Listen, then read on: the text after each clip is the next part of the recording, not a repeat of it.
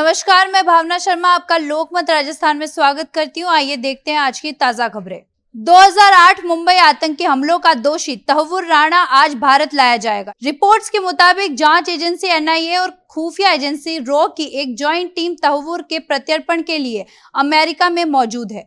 प्रत्यर्पण की सभी कागजी कार्रवाई पूरी कर ली गई है। राणा के प्रत्यर्पण पर रोक लगाने की याचिका अमेरिकी सुप्रीम कोर्ट ने खारिज कर दी। तहव्वुर ने भारत आने से बचने के लिए याचिका दायर की थी। उसने अपनी याचिका में खुद को पार्किंसन बीमारी से पीड़ित बताते हुए कहा था कि अगर भारत डिपोर्ट किया गया तो उसे प्रताड़ित किया जा सकता है।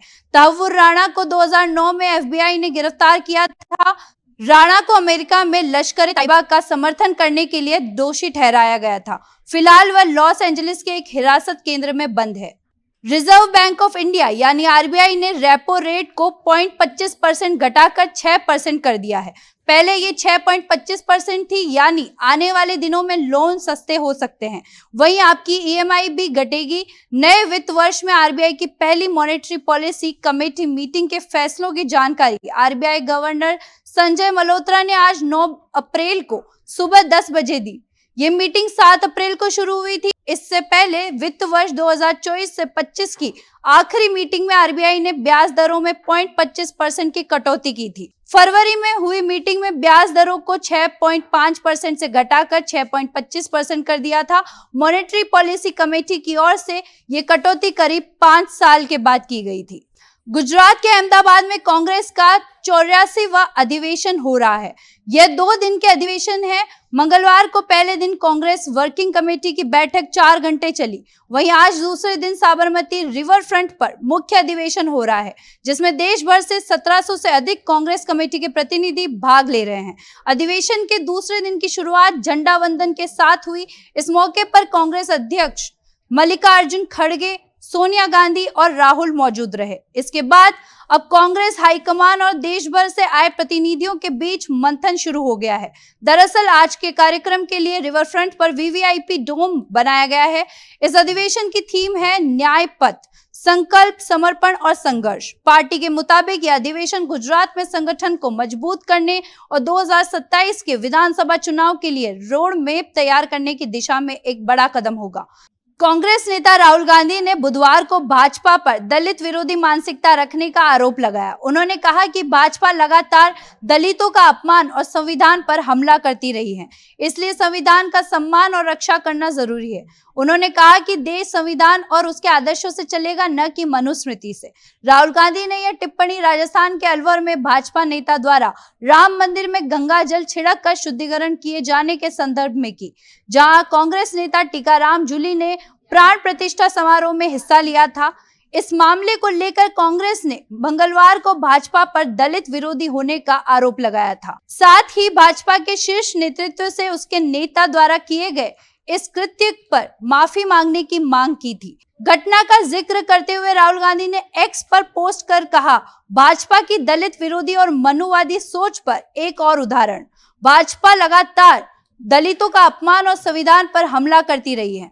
टीएमसी सांसद महुआ मोइत्रा ने दावा किया था कि दक्षिण पूर्वी दिल्ली के चित्तरंजन पार्क में मछली और मांस की दुकानें बंद करवाई जा रही है।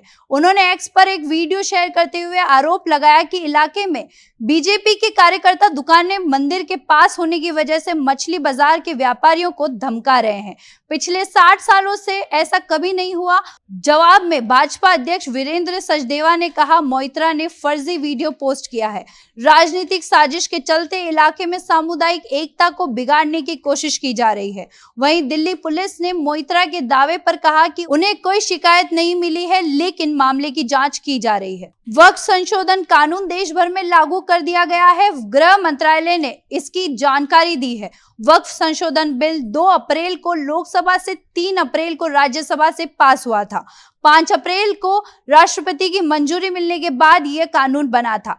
इससे पहले पश्चिम बंगाल के मुर्शिदाबाद में वक्फ कानून के विरोध के दौरान हिंसा भड़क गई है। कई वाहनों को प्रदर्शनकारियों ने आग लगा दी है। इसमें पुलिस की गाड़ियां भी शामिल है। प्रदर्शनकारियों से झड़प में कई पुलिसकर्मी घायल हुए हैं। वक्फ कानून के विरोध में मुर्शिदाबाद में मुस्लिम संगठन प्रदर्शन कर रहा था। पुलिस ने प्रदर्शनकारियों को रोकने की कोशिश की। इसी दौरान प्रदर्शनकारियों ने पुलिस पर पत्थर फेंके। पुलिस ने उन्हें खदेड़ने के लिए आंसू गैस के गोले दागे और लाठीचार्ज किया। इस दौरान भीड़ हिंसक हो गई। लोगों ने पुलिस के वाहन और अन्य वाहनों में आग लगा दी। इसके बाद भारी पुलिस बल मौके पर तैनात किया गया है।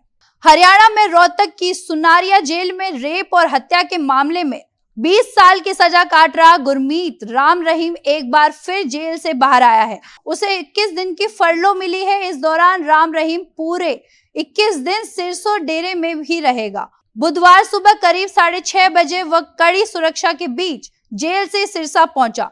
यहां से राम रहीम ने वीडियो जारी कर कहा, फिर से श्रद्धालुओं की सेवा में हाजिर हूं। सभी अपने अपने घरों में रहे और डेरे के जिम्मेदार लोग जो कहे वही करे। राम रहीम डेरे के स्थापना दिवस के 77वें समारोह में शामिल होगा। डेरा सच्चा सौदा की स्थापना 29 अप्रैल 1948 को संत शाह मस्ताना ने की थी। इसी में शामिल होने के लिए राम रहीम को फरलो मिली है।